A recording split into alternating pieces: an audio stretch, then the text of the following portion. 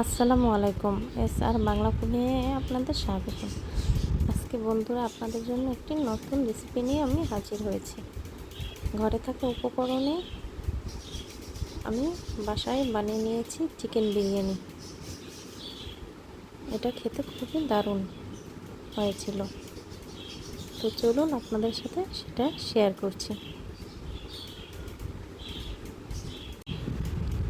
আমার ভিডিওটি যদি আপনাদের কাছে একটু ভালো লেগে থাকে, প্লিজ আমার চ্যানেলটিকে সাবস্ক্রাইব করে একটা লাইক দিয়ে দেবেন এবং কমেন্টে জানাবেন কেমন লাগলো। প্রথমে আমি একটা মশলা করে নেব।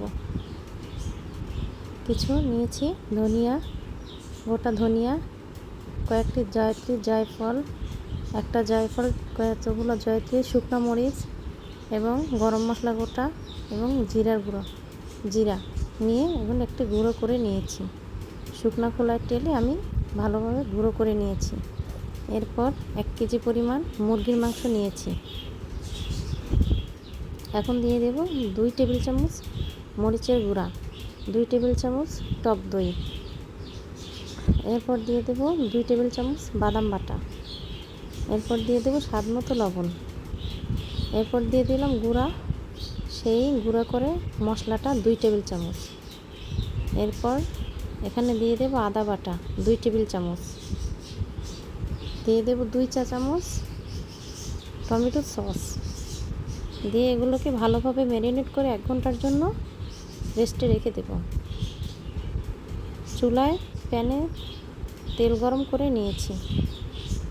আধা কেজি আলু আমি গুঁড়ো মরিচ এবং লবণ দিয়ে ভালোভাবে এগুলোকে মেখে তারপরে এখন লালচে করে ভেজে নেব।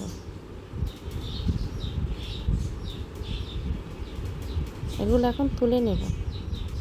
তারপরে দিয়ে দিলাম 1 কাপ পেঁয়াজ কুচি। এগুলোকে আমি পেঁয়াজ বেরেস্তা করে নেব। আমার পেঁয়াজ বেরেস্তাটা হয়ে গিয়েছে। এখন অর্ধেকটা পরিমাণ তুলে নেব। এরপর বাকি অর্ধেকটা আমি চিকেনগুলোকে দিয়ে দেব। দিয়ে আমি কিছুক্ষণ কষিয়ে নেব। এটা মিডিয়াম আছে, মাংসটা কষাতে হবে।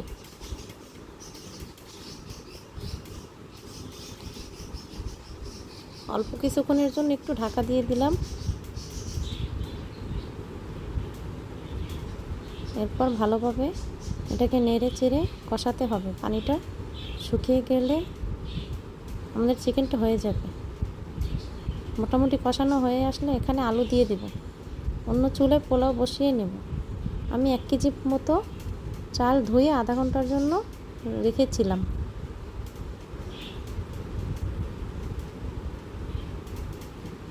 এরপর পরিমাণ মতো পানি দিয়ে মাংসটা উপরে দিয়ে দেব। দুঃখিত, ভিডিও ক্লিপটা আগে পরে চলে গিয়েছে। এরপর স্বাদ মতো লবণ দেব, 2 চামচ চিনি দেব। এরপর দিয়ে দেব গুঁড়ো দুধ, 1 কাপ গুঁড়ো দুধ আমি এখানে দিয়ে দেব।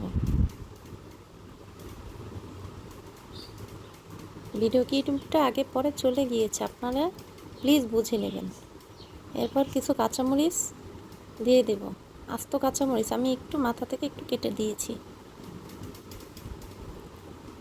এরপর পানিটা শুকিয়ে আসলে আমি ঢাকা দিয়ে দেব।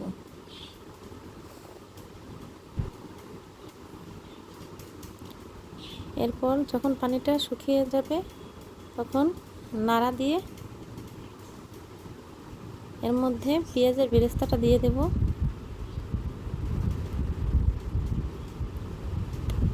এরপর কিছু কিশমিশ ছড়িয়ে দেব।